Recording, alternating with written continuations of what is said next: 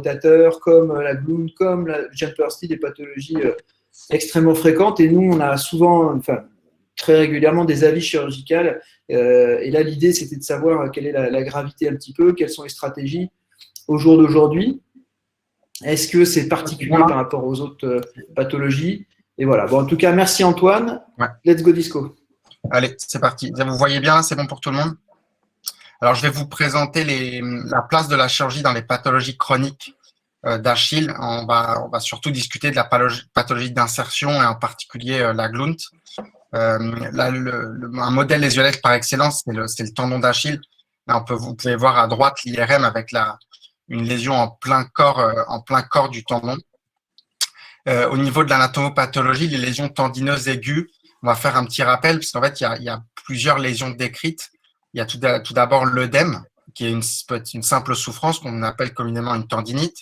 Après, on peut aller jusqu'à des signes de type rupture ou désinsertion, qui peut être partiel ou total, et on va voir le traitement. Ensuite, la pathologie, et ça, c'est un point extrêmement important, c'est de différencier la partie corporéale de l'atteinte tendineuse ou la pathologie d'insertion, qui sont deux entités très différentes avec des traitements différents, des prises en charge et des pronostics différents. Est-ce qu'elle est centrale ou périphérique? Et après, est-ce qu'il y a toute une zone de péritendinite autour qui est important aussi à prendre en compte?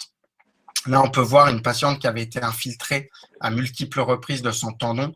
Et vous voyez que chirurgicalement, c'est un tissu sous-cutané qui est totalement remanié et collé avec des risques cutanés chirurgicaux beaucoup plus importants. À savoir, est-ce que la pathologie qu'on va prendre en charge, est-ce qu'il y a un potentiel de cicatrisation ou pas? Alors, dans les cicatrices tendineuses, vous avez plusieurs pathologies. Vous pouvez avoir plusieurs signes anatomopathologiques. Vous pouvez avoir des nodules, vous pouvez avoir des kystes, vous pouvez avoir des calcifications qui peuvent se palper, vous pouvez avoir des fissures intratendineuses, vous pouvez avoir des languettes avec des insertions quasiment partielles d'une partie du tendon. Et on peut avoir des ruptures partielles. On a toujours dit les ruptures partielles n'existent pas, c'est des ruptures totales, mais on voit parfois des zones qui sont désinsérées partiellement avec précédemment très probablement une fissure intratendineuse. Alors, les examens complémentaires, la radiographie, elle est toujours indispensable parce que c'est ça qui va permettre de bien diagnostiquer la pathologie d'insertion et le bec calcanéen et qui permettra aussi d'avoir un référentiel post-opératoire après résection, comme on va voir après. L'échographie, c'est un bon examen si le radiologue est très bon et peut avoir une bonne analyse, mais le gold standard reste l'IRM parce qu'on peut faire une analyse de tout le corps tendineux et une très bonne analyse de l'insertion et de la souffrance. Alors, j'ai exprès de mettre cette diapositive parce que le traitement des tendinopathies est avant tout médical. Donc, on le sait avec des phases, première phase, deuxième phase, troisième phase. Mais c'est vrai qu'il faut bien différencier corporéal et d'insertion parce que finalement, dans la pratique, on se rend compte que les tendinopathies corporéales, oui, il y a un traitement médical qui est possible et qui doit être respecté avant d'envisager toute chirurgie, en particulier de peignage tendineux. Pour la pathologie d'insertion, je serais un peu plus réservé parce que finalement, les patients peuvent attendre longtemps, mais quand il y a un vrai conflit ostéotendineux, et ça, je le pense pour la Glunt au niveau du tendon d'Achille, tendinopathie de la pointe de rotule, on a également un conflit ostéotendineux. Et donc là, faut pas non plus traiter médicalement pendant des mois, car on sait très bien que si la pratique sportive et si la demande fonctionnelle est importante, ça ne va pas fonctionner et qu'au final, on est souvent amené à les opérer. Quand on regarde les éléments cliniques, le mode de début est important. On voit l'évolution. Est-ce que ça a débuté brutalement, progressivement, en fonction de l'activité sportive? La durée d'évolution. Est-ce que le patient vient vous voir parce que ça évolue depuis une semaine ou 15 jours? Ou est-ce que ça évolue déjà depuis plusieurs mois? Et après, l'intensité de la gêne qu'on retrouve aisément dans le score de Blasina, qui existe encore une fois au tendon d'Achille et aussi au tendon rotulien, qui s'appelle Blasina A et Blasina P. Et en fait, on a différents stades. Et en discutant avec le patient et par l'interrogatoire, on arrive à classer le patient à l'intérieur de ce stade Blasina. Alors, ça justifie un démembrement précis des lésions parce qu'il faut bien différencier la localisation des symptômes. Donc, est-ce que c'est le tendon ou son insertion? Et vous allez voir, en fait, en pratique, quand on voit le patient en consultation, il suffit de l'examiner, de le mettre sur le ventre, de palper le tendon et il va très clairement répondre à la question de savoir si le tendon est douloureux ou si c'est vraiment à l'insertion. Pourquoi? Parce que les lésions sont différentes, parce que les traitements sont différents et parce que les résultats, comme je vous l'ai dit, les résultats sont différents. Alors, les questions qu'il y a à se poser quand on voit un patient en consultation, c'est existe-t-il un conflit? Existe-t-il une fragilisation de l'insertion? Et existe-t-il une perte de substance de ce tendon? Et on va voir question par question. Existe-t-il un conflit? Alors ça, vous pouvez le voir sur les radios, comme on le voit bien là avec le bec calcanéen. Et la réponse sera effectivement sur l'IRM, où vous voyez une bursite prétendineuse, là, au contact de ce conflit ostéotendineux. Et on a très souvent décrit sur l'IRM même une rupture de ces fibres profondes, une rupture des fibres profondes qui peut être plus ou moins importante et qui va potentiellement fragiliser le tendon et qui sera très important à prendre à connaître et à bien prendre connaissance avant l'intervention, en consultation, pour bien expliquer aux patients le traitement attendu. Alors, le traitement chirurgical, on peut expliquer que c'est bien une ostéotomie calcanéenne, qu'on va bien réséquer ce bec calcanéen. Alors, comment on fait pour faire ça? On fait une incision para-achilléenne, juste à côté du tendon. On va disséquer le tendon en faisant une exérèse de la zone péritendineuse qui est très souvent pathologique, et on va aller chercher cette insertion et ce bec calcanéen. On peut le voir en bas à droite avec une belle exposition. On met ce qu'on appelle un Homan derrière pour bien exposer la partie osseuse, et on va réaliser cette ostéotomie là qui est réalisée au ciseau à frapper, mais qui peut être aussi réalisée à la scie. Ce qui est très important, c'est de bien protéger le tendon pour pas le léser, et on va venir retirer ce bec calcanéen. Donc là, on peut voir sur le schéma, et vous pouvez voir sur les photos, là, on a vraiment enlevé ce conflit ostéotendineux. C'est très important de bien avoir une vision complète de cette ostéotomie, parce que j'ai pu voir des patients en consultation qui avaient eu ce geste chirurgical, mais il restait encore un bec calcanéen et un éperon osseux tout au fond, et le patient restait douloureux avec le conflit. Donc, c'est important de bien maîtriser toute la surface. Et ensuite, on va pouvoir palper le tendon en regard, c'est-à-dire exciser les fibres profondes qui sont, eux, abîmées, désinsérées par ce conflit. Donc, il faut nettoyer toute la face profonde du tendon. Et si on est dans le cas d'un patient qui a une fissure intratendineuse distale, on peut associer comme geste un peignage tendineux, comme on peut voir dans les photos du dessous. On va inciser le tendon dans le sens des fibres pour réséquer une calcification, pour réséquer un nodule, et qui va permettre de nettoyer le tendon. Donc, c'est important, et c'est pour cette raison que je pratique cette chirurgie à ciel ouvert, pour palper le tendon et pour pouvoir le traiter si besoin, réaliser un peignage si besoin. Existe-t-il une fragilisation de l'insertion? Ça, c'est important. Là, on peut voir sur l'IRM de droite, vous voyez très bien qu'il y a une grosse zone tendineuse qui est lésée, avec une vraie désinsertion des fibres profondes, mais qui, là, touche une grande partie du tendon. Alors, dans ce cas-là, quand il y a une fragilisation de l'insertion, est-ce qu'on va vers un peignage?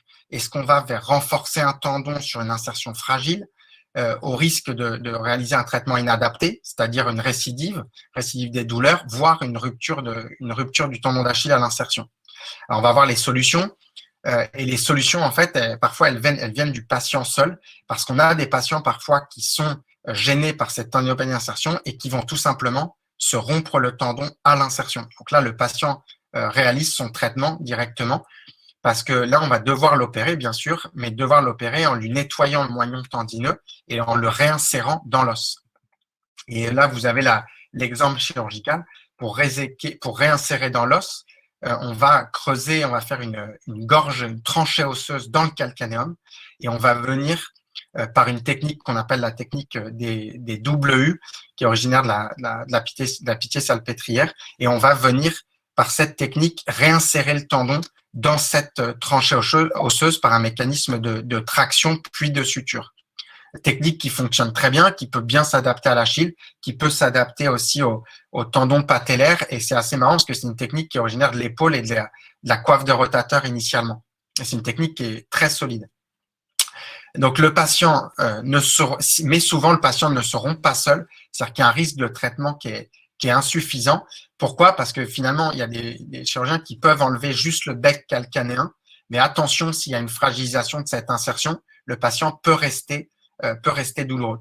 Donc parfois, il faut savoir aggraver la lésion, pour mieux la réparer. Ça veut dire quoi? Ça veut dire qu'on va au début inciser, examiner le tendon et on va voir en fait que cette insertion est trop pathologique et donc on va être amené à réséquer, à désinsérer le tendon. Donc on aggrave la lésion temporairement, on nettoie le moignon distal et donc on peut enlever énormément de fibrose et de tissus tendineux pathologiques et on va venir le réinsérer par la technique que je vous avais présentée précédemment, la technique des double U et dans ce cas-là, avec un tendon de bonne qualité. Et là, vous pouvez voir une réinsertion transosseuse dans le calcanéum. Alors, ne pas hésiter à réaliser une reconstruction si on est dans le cas d'une perte de substance. Il faut toujours analyser aussi ça en préopératoire. C'est savoir, là, on a vu la fragilisation de l'insertion. Maintenant, là, on est sur la perte de substance. Est-ce qu'il y a une perte de substance tendineuse? Est-ce que le patient a eu, par exemple, une rupture ancienne qui a été non pris en charge, non diagnostiquée?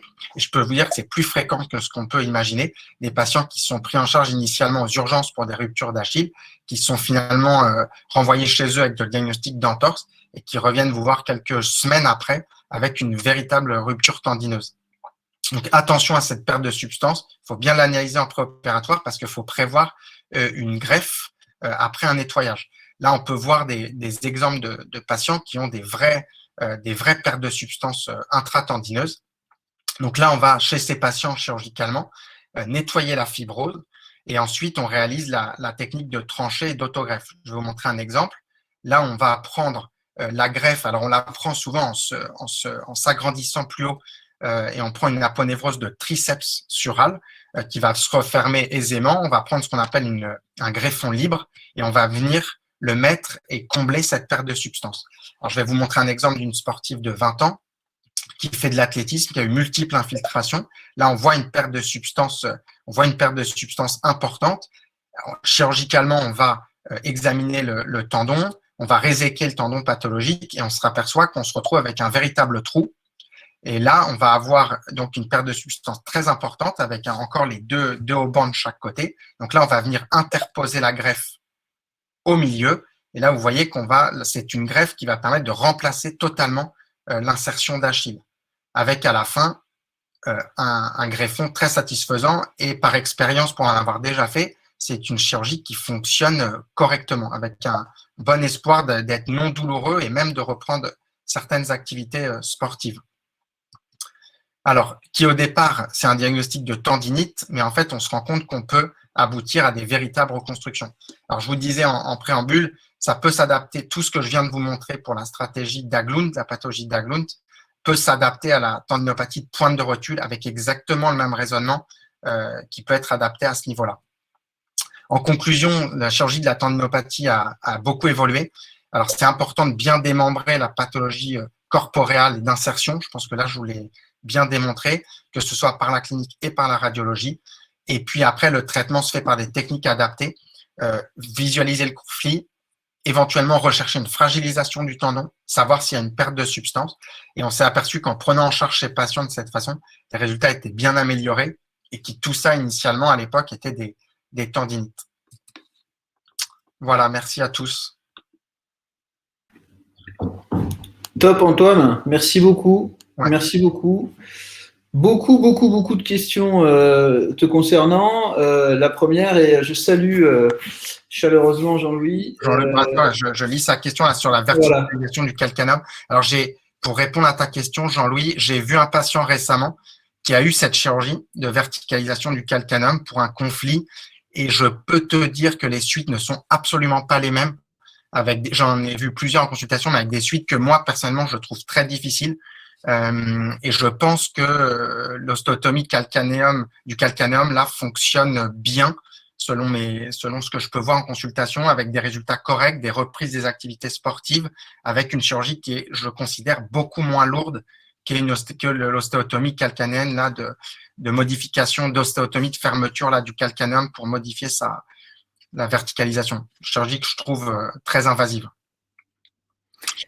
Olivier te demande en complément s'il y a des récidives spontanées. Quelle est ta réponse? Après l'arrêt, est-ce qu'il y a des récidives spontanées? Alors très souvent, Olivier, pour répondre à ta question, les patients, je leur dis en consultation quand je les opère que ça va être long, que l'évolution, c'est en fonction de chaque patient. Il y a des patients qui vont récupérer assez rapidement, il y en a qui vont mettre du temps, Mais encore une fois, les patients que j'ai pu suivre qui récidivaient au niveau des douleurs, c'est des patients qui avaient repris les activités trop tôt. Parce que souvent, en post-opératoire, quand on enlève l'immobilisation, parce que moi, personnellement, je les immobilise un mois en léger équin, et ensuite, je fais un relais par des petites talonnettes pour retrouver l'appui à 90. Et quand les patients sont bien et n'ont pas de douleur, ils font beaucoup. Ils reprennent la kiné de façon intensive et ils développent potentiellement assez rapidement des douleurs dans la même zone, mais qui, quand on fait une IRM, on retrouve un hypersignal au niveau de l'insertion, au niveau de l'ostéotomie, au niveau de l'insertion du calcanéum, mais qui ne préjuge absolument pas d'un mauvais résultat. Il suffit juste de prendre son temps, de revenir, de bien glacer, anti-inflammatoire, repos, et ça passe, mais il faut respecter l'évolution, il faut bien écouter son tendon, il faut bien ne pas faire de kiné trop intensif d'emblée. Moi, d'emblée, je leur dis, ça prend du temps. Ça peut prendre 4, 5, 6 mois, 7 mois, mais on arrivera progressivement à une reprise sportive. Par contre, il y a deux choses, je pense que tu vas être d'accord. On avait pas mal discuté avec Alain récemment aussi. C'est qu'il y a des récidives parce qu'il y a des fois, on a des résections incomplètes, notamment en postéro-externe. On a des accès chirurgicaux qui sont difficiles à cet endroit-là. On a fait un travail il y a une dizaine d'années avec la Société française d'arthroscopie pour aller essayer de voir si par arthroscopie on n'était pas mieux. Alors, en fait, on est très bien sur l'os et encore, en fait, on est très très mal sur le tendon. C'est pour ça qu'on ne fait plus. Il ne faut plus le faire par arthroscopie. Et on peut avoir des résections, notamment postéro-externes, qui sont insuffisantes. Et là, il faut faire dans ce cas, il ne faut pas hésiter dans ce cas-là, si c'est vraiment cette topographie-là, on refaire une IRM, faire un scanner parce qu'on voit bien la structure osseuse, et on a des récidives des fois parce qu'on a fait une résection qui est insuffisante. Ça, c'est la première chose qu'il faut voir, c'est à la palpation en bas du tendon en postéro, parce que nous, on fait des abords qui sont, tu l'as montré, plutôt médiaux ou plutôt internes, mais jamais externes, et donc on peut avoir ce petit défaut-là technique.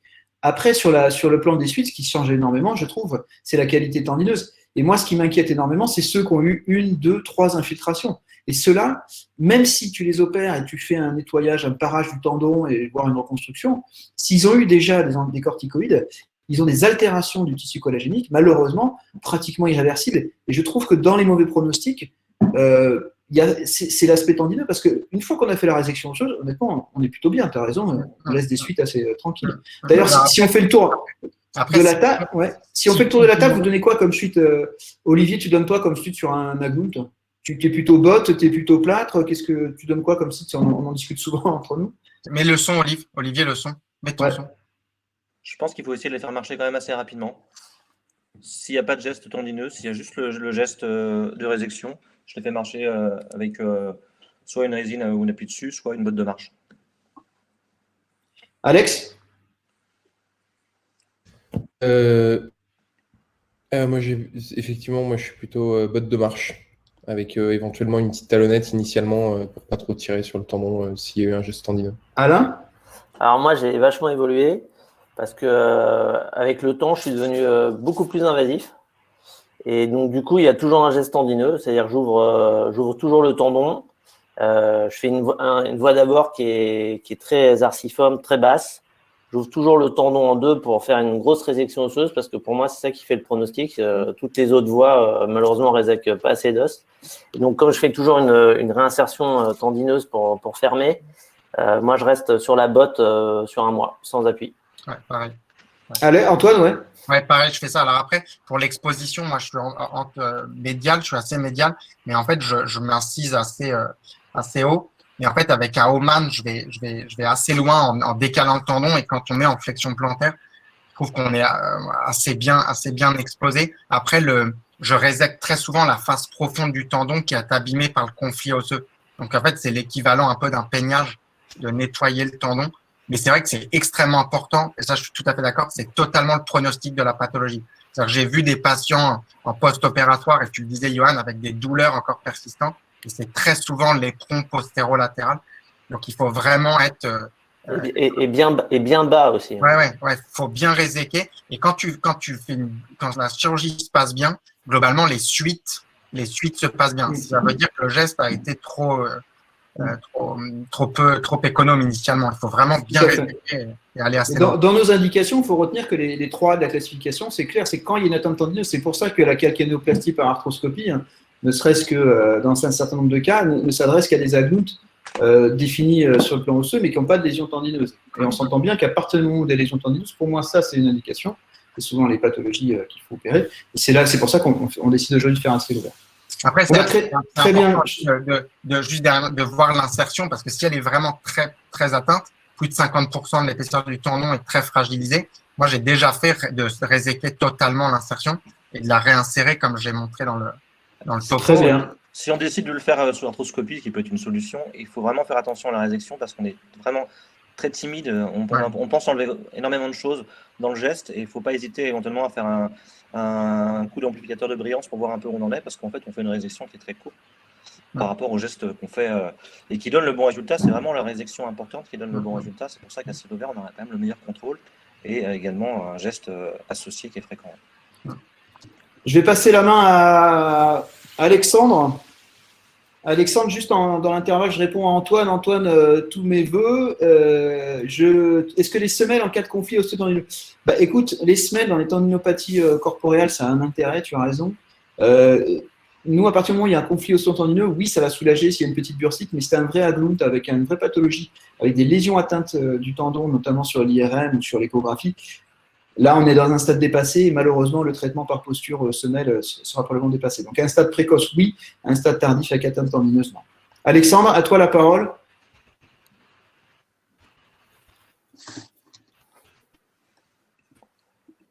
Tu voulais nous parler de l'instabilité et faire quelque chose d'assez transversal, de haut en bas, de la gléno-humérale à la fémorotibiale, si j'ai bien compris, et tibiotalienne. Quelque chose de transversal et qui est effectivement extrêmement pertinent. Let's go.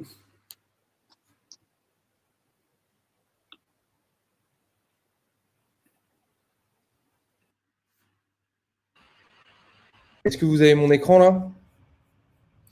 Oui, c'était un peu du cubisme, mais là, c'est très bien. T'es plein écran, c'est go. Parfait. Ça marche.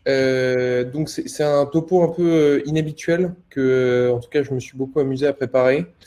J'ai essayé de comparer un petit peu les différentes évolutions dans les différentes instabilités, à savoir donc les principales, donc l'instabilité gléno-humérale, l'instabilité de genou, avec principalement la lésion du LCA et l'instabilité de cheville. Mais là, il faut mettre. Pourquoi ils ont mis cheville là? Nico, ton micro. Je crois. Ah oui, excellent. Donc l'interrogatoire, ce qui est assez intéressant, c'est que l'interrogatoire dans les différentes instabilités, il y a pas mal de parties qui sont assez communes. Donc déjà, on va essayer de qualifier donc, à l'interrogatoire le nombre d'épisodes. Le nombre d'épisodes, en fait, ça va être un facteur qui va favoriser la récidive, donc principalement dans l'épaule, à partir de 2 ou 3 épisodes, on dit que le taux de récidive s'approche des 80-90%. Donc ça va vraiment nous pousser plutôt vers un traitement chirurgical. Donc ça favorise les récidives, mais également dans le genou et dans la cheville. Et ce qui va être intéressant, c'est que ça va être un facteur péjoratif pour certains traitements chirurgicaux, notamment le Bankart et le ligament croisé antérieur. Les résultats cliniques vont être moins bons si vous faites une ligamentoplastie sur une instabilité chronique que si vous le faites après un premier épisode d'instabilité. Ça ne semble pas avoir d'influence sur les résultats du Latarjet et de la ligamentoplastie de cheville, ce qui est assez intéressant aussi. Ensuite, on va rechercher donc les facteurs déclenchants, avec notamment la cinétique plus ou moins importante.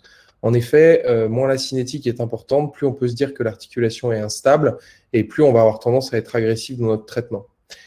Premier point hyper important pour moi, c'est la notion de douleur. Pour moi, il s'agit d'un facteur péjoratif majeur dans l'instabilité. En effet, ça va signer souvent une atteinte cartilagineuse associée qui va gréver énormément le pronostic du traitement, qu'il soit médical ou chirurgical. Exception faite éventuellement de l'épaule douloureuse instable avec la lésion de Bankart isolée. Ensuite, il faudra bien s'attacher à être d'accord sur ce de quoi on parle, à savoir différencier luxation, subluxation et appréhension. Donc la luxation, on trouve différentes définitions dans la littérature, principalement sur la question de l'épaule où c'est très discuté. Au niveau de moi, ce que je considère comme une luxation dans mon examen clinique, et ce qui, à mon sens, est ce qu'il y a de plus consensuel, c'est la nécessité d'une tierce personne pour réduire l'articulation. Donc en gros, une épaule qui se luxe ou une cheville qui se luxe ou un genou qui se luxe, mais où il n'y a pas de réduction spontanée. La subluxation, c'est luxation-réduction spontanée. Pour moi, c'est ça la définition d'une subluxation. Et ensuite, cas particulier où il va falloir vraiment s'attacher à avoir un interrogatoire minutieux, c'est la notion d'appréhension qui ne sera pas forcément décrite très clairement par les patients, avec parfois un refus un petit peu de contact dans la pratique sportive, enfin, où il va falloir vraiment s'attacher à chercher la confiance qu'a le patient dans son articulation touchée.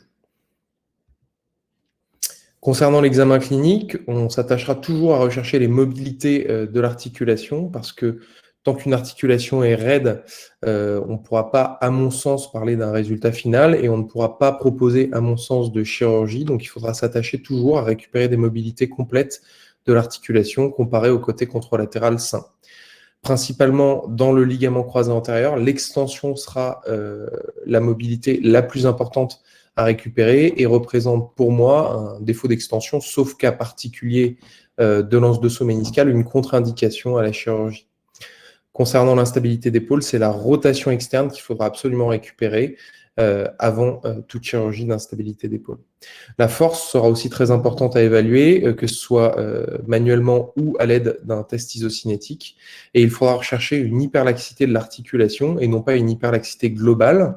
C'est vraiment l'hyperlaxité de l'articulation qu'il faut chercher et pas une hyperlaxité globale qui ne signe pas forcément une atteinte de toutes les articulations. Donc, pour moi, ce qui est le plus important dans l'instabilité et ce qui doit guider toujours notre prise en charge, qu'elle soit médicale ou chirurgicale, c'est la prévention de la récidive. Et ça, c'est vraiment le plus important. Il faut absolument, par tous les moyens possibles, prévenir les récidives pour nos patients. Donc, on va s'attacher à évaluer le risque de récidive chez chacun de nos patients, quelle que soit l'instabilité. Et pour ça, on va avoir recours à l'évaluation des facteurs intrinsèques et extrinsèques du patient qui vont favoriser ou non son risque de récidive. Pourquoi est-ce qu'il faut absolument prévenir le risque de récidive? Eh bien parce que c'est le principal pronostic de l'articulation. On sort même du devenir de l'instabilité, c'est le futur de l'articulation qui est en jeu. En effet, vous savez que plus un genou se déboîte, entre guillemets, plus un genou présente des subluxations post-rupture du LCA, et plus on aura un risque élevé de lésions méniscales secondaires. Ces lésions méniscales peuvent, dans la plupart du temps, être prises en charge avec des sutures et donc une récupération du stock méniscal, mais dans certains cas, elles vont entraîner des ménisectomies qui vont augmenter artificiellement le risque d'arthrose au niveau de l'articulation. Enfin, vous allez pouvoir avoir dans les articulations instables chroniques l'apparition de lésions cartilagineuses. Donc là, vous voyez que dans le genou, une chirurgie du LCA tardive augmente par 2,5 le risque de lésions cartilagineuses, que le nombre de luxations d'épaule augmente le risque d'arthrose gléno-humérale. Tout ça, c'est des données de la littérature. Et enfin, que 90% des patients présentant une arthrose tibiotalienne présentent une histoire d'instabilité chronique de cheville, les ayant menés vers cette arthrose tibiotalienne. Donc, c'est vraiment ça le rationnel, et c'est vraiment ça le plus important dans la prise en charge de l'instabilité des différentes articulations, c'est de prévenir les récidives. Alors, prévenir les récidives, évidemment, hein, le but de mon topo n'est pas de vous dire qu'il faut opérer tout le monde, hein, le but c'est d'arriver à définir qui on doit opérer, et c'est cette notion qui a été apportée dans le croisé, où il y a évidemment beaucoup plus de publications sur le sujet, la notion de copper. Donc le copper, c'est le patient qui va théoriquement arriver à contrôler son instabilité et ne pas présenter de récidive sans traitement chirurgical. Donc le copper, il y a une classification qui a été développée avec le screening examination, donc avec, vous voyez, des tests fonctionnels pour évaluer la capacité qu'aura le patient à passer outre son instabilité et contrôler son instabilité avec de la rééducation et sans chirurgie. Donc, j'ai retrouvé cette étude toute récente qui est très intéressante, où ils se sont intéressés donc au copper et au devenir des copper et non-copper. Donc déjà, ce qui est intéressant, c'est qu'ils ont montré que cette analyse du copper, c'est une analyse en fait qui est dynamique, parce qu'ils ont montré qu'en fait, au bout de 10 séances de neuromuscular training et de renforcement, en fait, le nombre de copper avait augmenté de 50%, enfin le nombre de non-copper avait diminué de 50% après 10 séances. Donc en gros, c'est une classification qui est dynamique, les gens peuvent devenir copper après de la rééducation. Donc Cette étude, du coup, paraît très encourageante parce que si 50% des non-copers peuvent devenir copers, c'est vraiment très prometteur. Néanmoins, alors ils se sont ensuite attachés à évaluer le succès du traitement, donc que ce soit traitement rééducatif ou traitement chirurgical, chez ces patients en fonction de s'ils étaient copers ou non-copers, en laissant aux patients choisir entre la chirurgie et la rééducation. Donc à 2 ans, vous voyez, ils ont défini comme succès du traitement un score IKDC supérieur au 15e percentile en fonction de l'âge du patient, pas de rupture de la greffe en cas de reconstruction du croisé et moins d'un épisode de subluxation du genou durant la dernière année. Et qu'est-ce qu'on retrouve dans leurs résultats? Ce qui nous fait un petit peu remettre en cause cette notion de copper, c'est qu'en fait, vous voyez, donc, les patients copper qui ont eu une reconstruction du croisé, donc ils avaient un succès du traitement, entre guillemets, hein, selon les critères qu'ils avaient définis dans 70% des cas. Chez les patients copper qui avaient été rééduqués, vous voyez qu'on a quand même moins de 50% de succès du traitement à 2 ans. Donc à 2 ans, les patients ont quand même des scores IKDC assez pas optimales, avec quand même des épisodes d'instabilité, etc.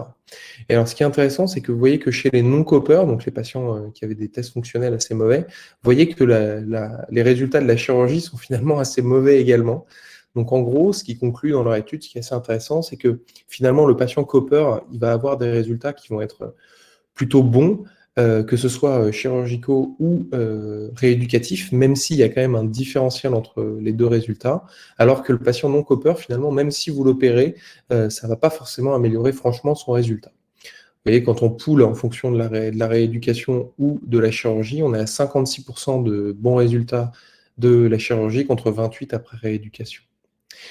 Donc si on veut éviter d'avoir à définir les copper et non-copper, un des grands axes sur lequel on est malheureusement encore très en retard, c'est la notion de prévention.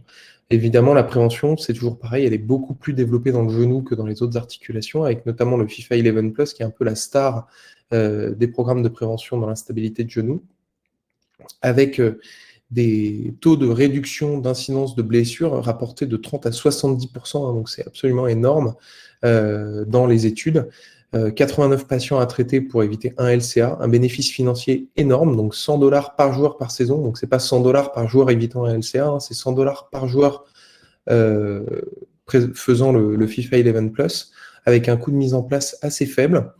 Et ce qui est intéressant, c'est que les dernières études montrent qu'en fait, pour diminuer au maximum le coût et augmenter au maximum le bénéfice de ces programmes, eh bien en fait, il faut sortir de l'idée qu'il faut screener absolument les facteurs de risque et il faut plutôt viser la population générale. C'est là qu'on aura les meilleurs résultats et que ce sera le moins coûteux.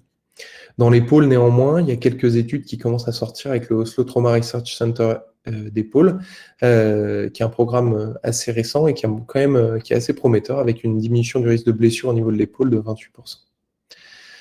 Donc ensuite, on va passer au traitement. Donc d'abord le traitement orthopédique. Alors où on en est du traitement orthopédique dans l'épaule, le genou et la cheville.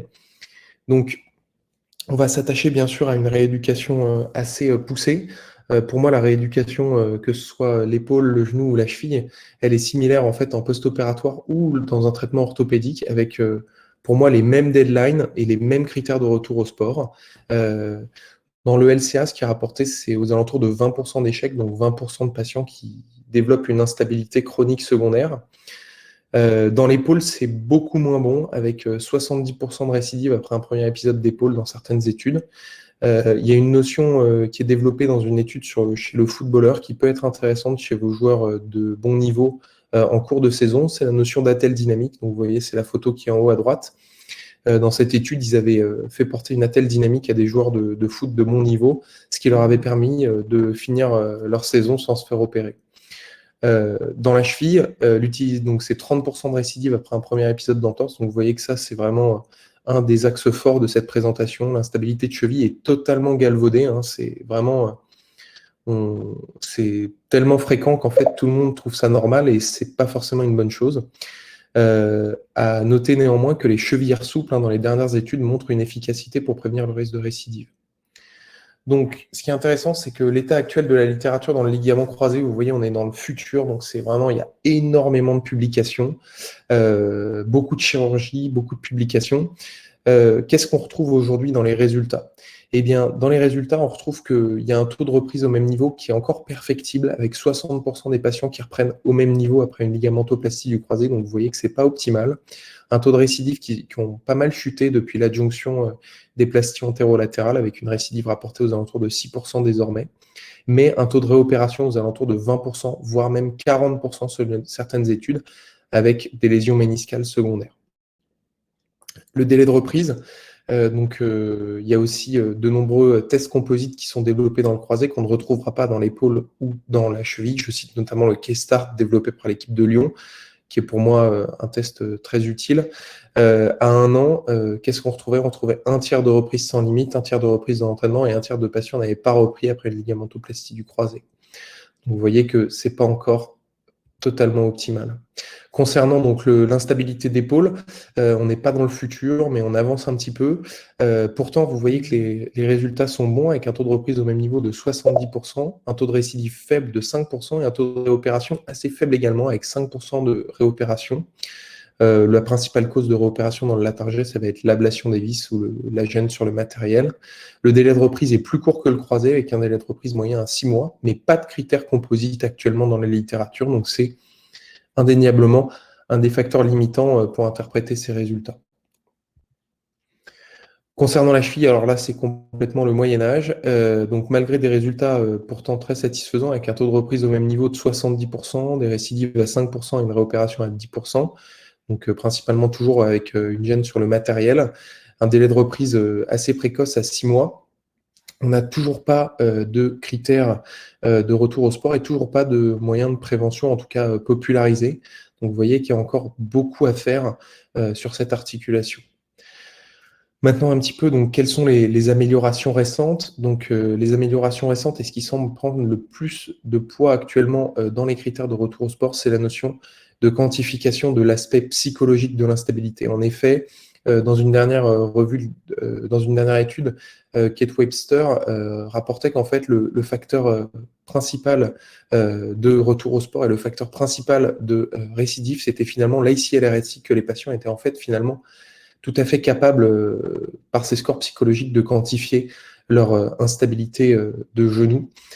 Concernant l'épaule, il y a le Shoulder RSI qui a été développé avec notamment le groupe, avec notamment Antoine, et l'ALR RSI qu'on a développé il y a 2 ans pour la cheville. Ensuite, il y a indéniablement des gros progrès sur la gestion du flexum post-opératoire dans le croisé, avec désormais une inhibition du quadriceps qui est bien individualisé, où on comprend bien le mécanisme, avec du coup un traitement spécifique avec une lutte contre ce flexum dans les 3 premiers mois, et donc une diminution de l'incidence du risque de cyclope. L'utilisation de la vancomycine a également fait beaucoup pour la chirurgie du croisé, avec une diminution drastique du risque de sepsis post-ligamentaux.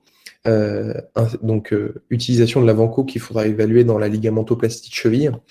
Et sujet qui me tient à cœur, la ligamentoplastie de cheville sous arthroscopie. Donc ça, c'est vraiment un changement majeur dans la prise en charge de l'instabilité de cheville, avec cette technique qui a été développée depuis 3-4 ans, avec notamment le docteur Stéphane Guillot, mais également Ronnie Lopez et Thomas Bauer. Donc cette technique, elle est beaucoup moins invasive que les techniques, on va dire, historiques, comme les Micastin, etc., avec des suites beaucoup plus simples. En gros, l'objectif, c'est une marche sans boiterie à 1 mois, un bilan cartilagineux complet en péropératoire vu en gros grâce à l'arthroscopie de cheville, et pas d'immobilisation en post-opératoire. Pour avoir récemment réopéré un patient qui avait été opéré d'un hémicastin, je peux vous dire qu'il voit bien la différence entre les 2 techniques. Donc, quelles sont les perspectives d'avenir? Donc, travailler sur cette prévention avec une popularisation des programmes de prévention au niveau de l'épaule et du genou, avec notamment un travail sur l'adhésion des coachs qui reste très, très, très limité vis-à-vis de ces programmes, et développer des programmes pour la cheville, une meilleure sélection des coppers et non-coppers à l'avenir, et une popularisation, parce que je pense que ça, c'est vraiment quelque chose qui va nous aider à l'avenir, de la ligamentoplastie de cheville sous arthroscopie. Ensuite, je vous ai fait ce petit tableau juste pour finir, qui à mon avis est assez intéressant. Donc, vous voyez que donc, le croisé, l'épaule et la cheville. Ce que j'ai trouvé assez intéressant, donc, c'est l'incidence du croisé dans la population française par an. Donc, c'est 65 000 ruptures de croisé dans la population française par an. Et vous voyez que le taux de patients opérés est de 65%. Donc, c'est un taux qui est quand même assez conséquent. Malgré, finalement, si on regarde, un taux de retour au même niveau qui reste assez modéré avec des délais assez longs, alors que l'épaule a finalement déjà un taux d'opération qui est plus bas à 50%, alors que finalement les taux de retour au même niveau sont meilleurs en moins de temps. Et alors la cheville, si vous voulez, c'est 0,3% des patients pris en charge chirurgicalement, avec pourtant des résultats qui se rapprochent pas mal de ce qu'on a dans l'épaule après le latarjet. Donc ça, tout ça, c'est sujet à discussion. J'ai trouvé ça assez intéressant. Donc, travaillons sur ces mises en place de programmes de prévention. Gardez en tête, et ça c'est vraiment le point à mon avis fondamental dans la prise en charge de l'instabilité, prévenir les récidives, que ce soit par un traitement orthopédique, par une adaptation de la pratique sportive ou par un traitement chirurgical. Une sélection multidisciplinaire des COPERS et un encadrement du retour au sport avec des critères objectifs et ne surtout pas galvauder les facteurs psychologiques. Je vous remercie.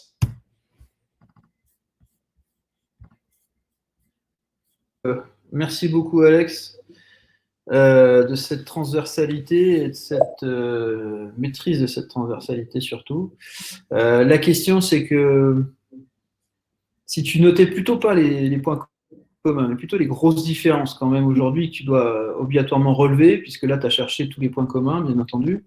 D'un point de vue déjà diagnostic, quelles sont les grosses différences que tu aurais entre une cheville et le genou pour rester au membre inférieur?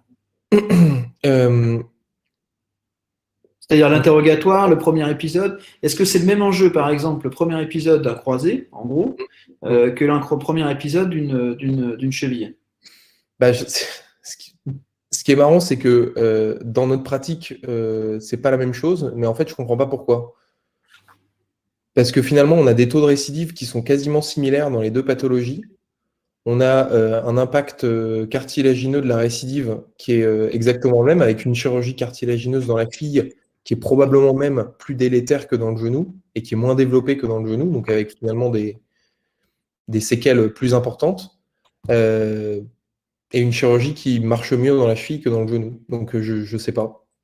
Est-ce qu'il y a quand même une réponse, c'est l'impotence. Parce que tu fais un épisode d'instabilité du genou, il y a un moment où les pénis sont bloqués, tu vas finir par être impotent sévère, alors que la cheville, finalement, tu t'assois dessus. C'est un peu comme l'épaule, tu te déboîtes, bon, ça se remet, et puis tu passes à autre chose. Tu crois pas qu'il y a un peu cet aspect-là quand même?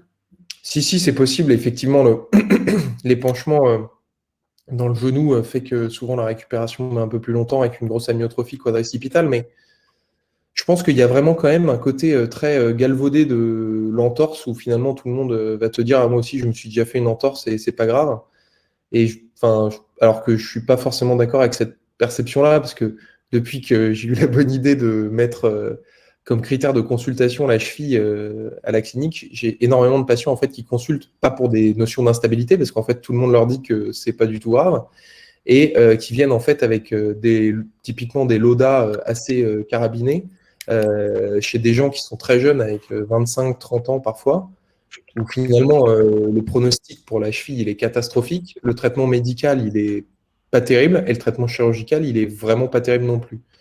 Donc finalement, je pense que c'est ça qui m'a assez surpris dans ce topo, c'est vraiment le côté très galvaudé de l'instabilité de cheville de par sa fréquence probablement. C'est une des premières causes de consultation d'urgence en France. Je crois qu'en traumatologie, c'est 30% des consultations. Hein, donc, c'est extrêmement courant. Le problème, c'est qu'en fonction des urgences, en fonction de l'endroit où on consulte, on a une prise en charge qui est totalement différente. Je pense qu'aujourd'hui, on sépare quasiment plus les entorses bénignes des entorses graves, ce qui est une erreur. Parce que l'entorse grave peut justement aboutir, si elle est mal prise en charge initialement, à des multiples récidives.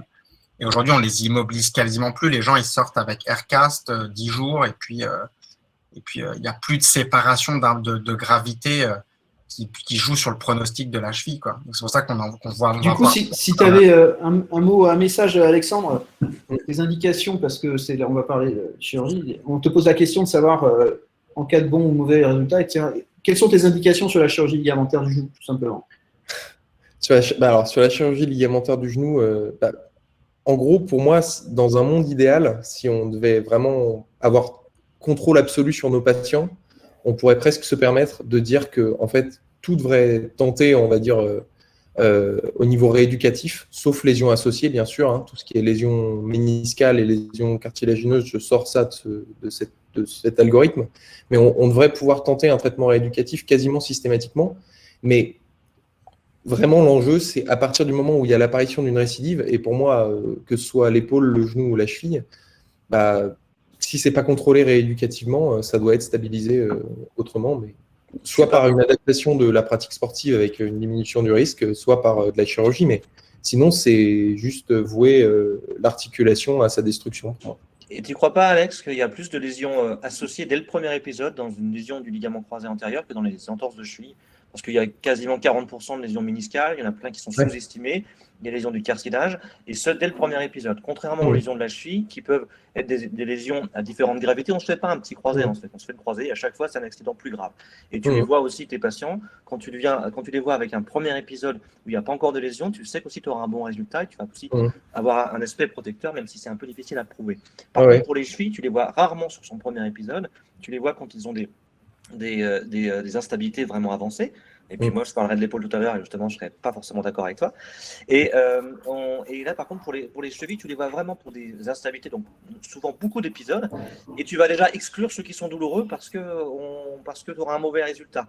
Et tu ne crois pas que ces patients exclus auraient pu être pris en charge un petit peu mieux si on les avait vraiment trouvé des facteurs de risque, augmenter les traitements préventifs et pas uniquement se baser sur la rééducation qui est fondamentale et obligatoire, mais je pense qu'il ne faut pas être si tranchant là-dessus.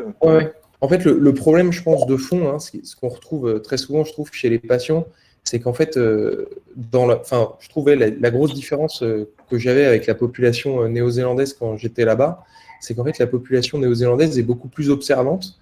Et en fait, on pouvait tout à fait se permettre, même chez les jeunes, après une rupture du croisé, de leur dire, vous vous rééduquez, au moindre épisode d'instabilité, on vous opère. Et les gens revenaient vraiment religieusement après un épisode d'instabilité. Ouais. Quand on regarde l'instabilité d'épaule et l'instabilité de cheville dans la population générale aujourd'hui, je ne pense pas qu'on puisse faire cet algorithme parce qu'en fait, les gens ne reviennent pas après.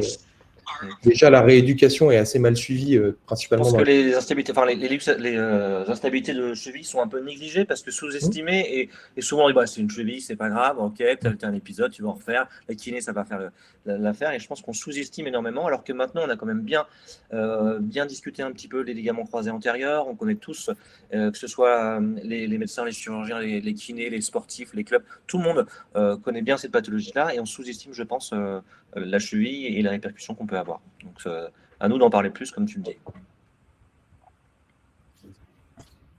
Ok, très bien. Eh ben, écoute, ce que je te propose, c'est d'enchaîner, Olive. Ouais, on va rester dans le même thème. Alors, je vais essayer voilà, dans le thème, dans la soirée. Partager une présentation. Donc, je te propose de partager l'écran, tu regardes, et puis